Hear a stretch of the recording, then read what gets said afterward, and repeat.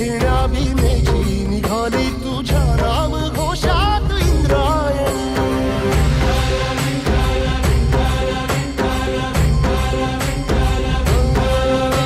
भिडे आसमंती ध्वजा वैष्णवांची उभी पंढरी आज नानावली. तुझे नाव ओठी तुझे रूप ध्यानी जीवाला तुझी आस गाला गली. जरी बाप साऱ्या जगाचा परी तू आमालेकरांची विठू माऊली.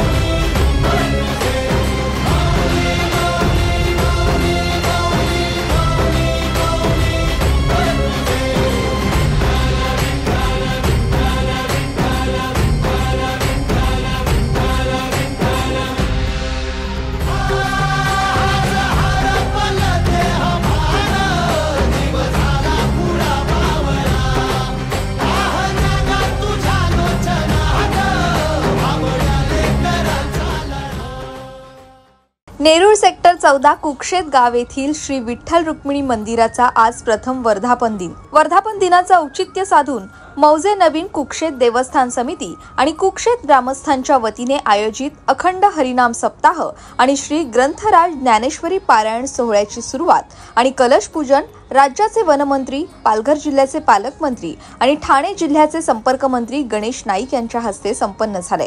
यावेळी सर्वांनीच भक्ती आणि ज्ञानाचा संगम अनुभवला. या प्रसंगी माजी सरपंच बाळाराम पाटील, माजी नगरसेवक सूरज पाटील, माजी नगरसेविका सुजाता पाटील, माजी नगरसेविका जयश्री ठाकूर, माजी नगरसेविका स्नेहा पालकर, माजी नगरसेवक गिरीश म्हात्रे, समाजसेवक गणेश भगत यांच्यासह ग्रामस्थ मोठ्या संख्येने उपस्थित होते. ऐतिहासिक आध्यात्मिक परंपरा असलेलं पुनर्वसित कुक्षेत गाव, जे गाव पूर्वीच्या ठिकाणी MIDCच्या विकासासाठी स्थलांतरित केलं गेलं होतं आणि आता ते नवी मुंबईमध्ये पुनर्वसित झालंय. मात्र पुनर्वसित झाल्यानंतर देखील मूलभूत सुविधांपासून वंचित कुक्षेत गावाच्या विकासासाठी आणि हक्काच्या सुविधा मिळवण्यासाठी माजी नगरसेवक सूरज पाटील यांच्या नेतृत्वाखाली कुक्षेत गावातील नागरिकांनी आपल्या हक्कांसाठी एल्गार पुकारला आणि लढ्याला सुरुवात केली. परिणामी त्याच लढ्याला साथ मिळाली मंत्री गणेश नाईक यांची. आज कुक्षेत गावात निर्माण झालेल्या श्री विठ्ठल रुक्मिणी मंदिरासाठी भूखंड उपलब्ध करून घेण्यासाठी देखील खूप संघर्ष करावा लागला. मात्र त्या संघर्षातून निर्माण झालेलं हे मंदिर भक्तांच्या अतीव श्रद्धेचं स्थान बनलंय.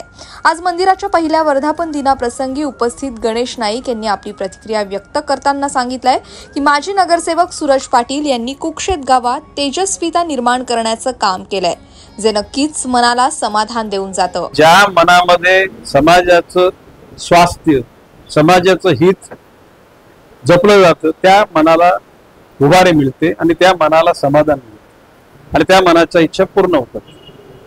बाळाराम पाटील या कुक्षेत गावचे सरपंच होते. त्यांचा पुत्र सूरज पाटील आहे. सूरज पाटलाच्या कालखंडानंतर या गावामध्ये एक प्रकारची तेजस्विता निर्माण झालेली आणि ती तेजस्विता कुक्षेत गावापुरती नाही तर ह्या नेरूळ फेज 1 मध्ये ती साकारली आहे.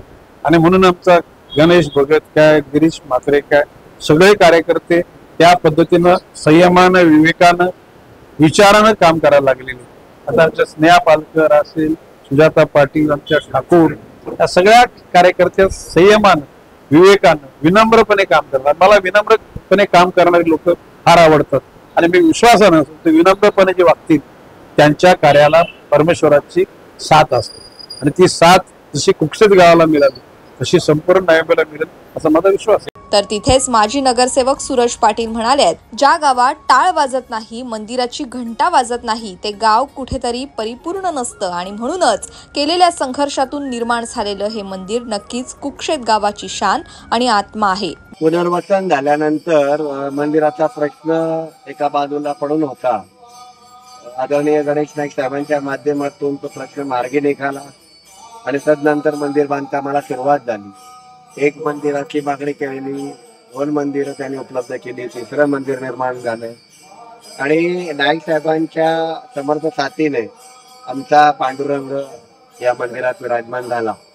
आज पूर्ण वर्ष होते आणि वर्षपूर्ती आहे आणि मला आनंद आहे की 35 वर्षापासून चालू असलेली सप्ताहाची परंपरा अखंड हरिनाम सप्ताह ज्ञानेश्वरी पारायण ही सुरुवात आजच्या दिवशी झालेली आहे आणि त्या कलश पूजनाने सुरुवात होते. ते कलश पूजन आदरणीय नाईक साहेब आमच्यात हातून सातत्याने होत होतं आणि ते आजही झालंय.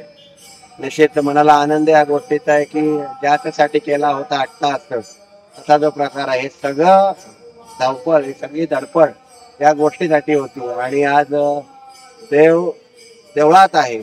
त्यामुळे कुक्षेत विकास सगळा मोडला तर हा इथे येऊन थांबतो, इथे येऊन समाधान होतो की आम्ही आमच्या मंदिरामध्ये आमची देवता प्रस्थापित केलेली आहे. ज्या गावात टाळ वाजत नाही, ज्या गावात मंदिराची घंटा वाजत नाही, ते गाव नसतं, ते स्मशान गणलं जातं. आणि त्यामुळे आता आमच्यात प्राण ओतण्याचं काम या मंदिरांच्या माध्यमातून झालंय.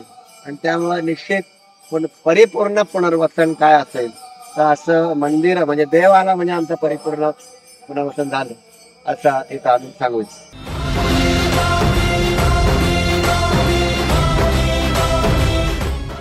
Bureau report, Navi Mumbai network.